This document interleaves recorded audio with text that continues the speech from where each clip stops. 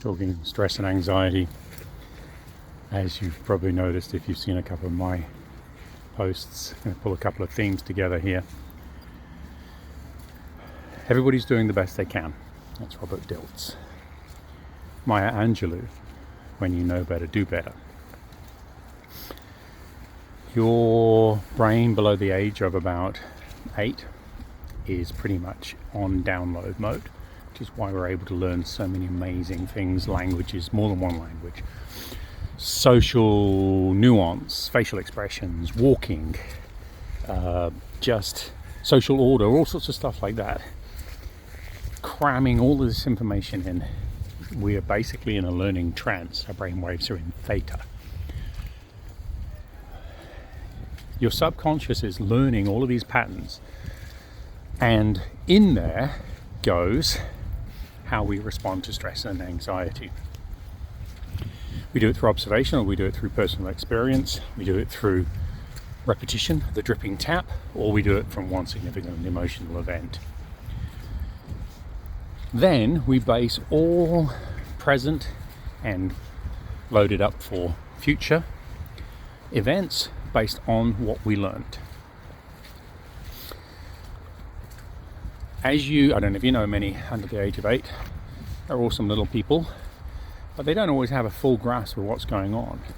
So basically, you could have loaded a pattern that is not accurate for what was happening at the same time, and then you use that template to respond. Your subconscious mind has no concept of past, present, or future. So even though it happened when you were 7, it's still running that script like it's now. There are ways to hack using, as we mentioned, NLP. Timeline therapy is a really useful one where you basically just rewrite the program that you put in place before you were able to critically evaluate what was going on. I have personal experience of this, and I can share that with you perhaps another time.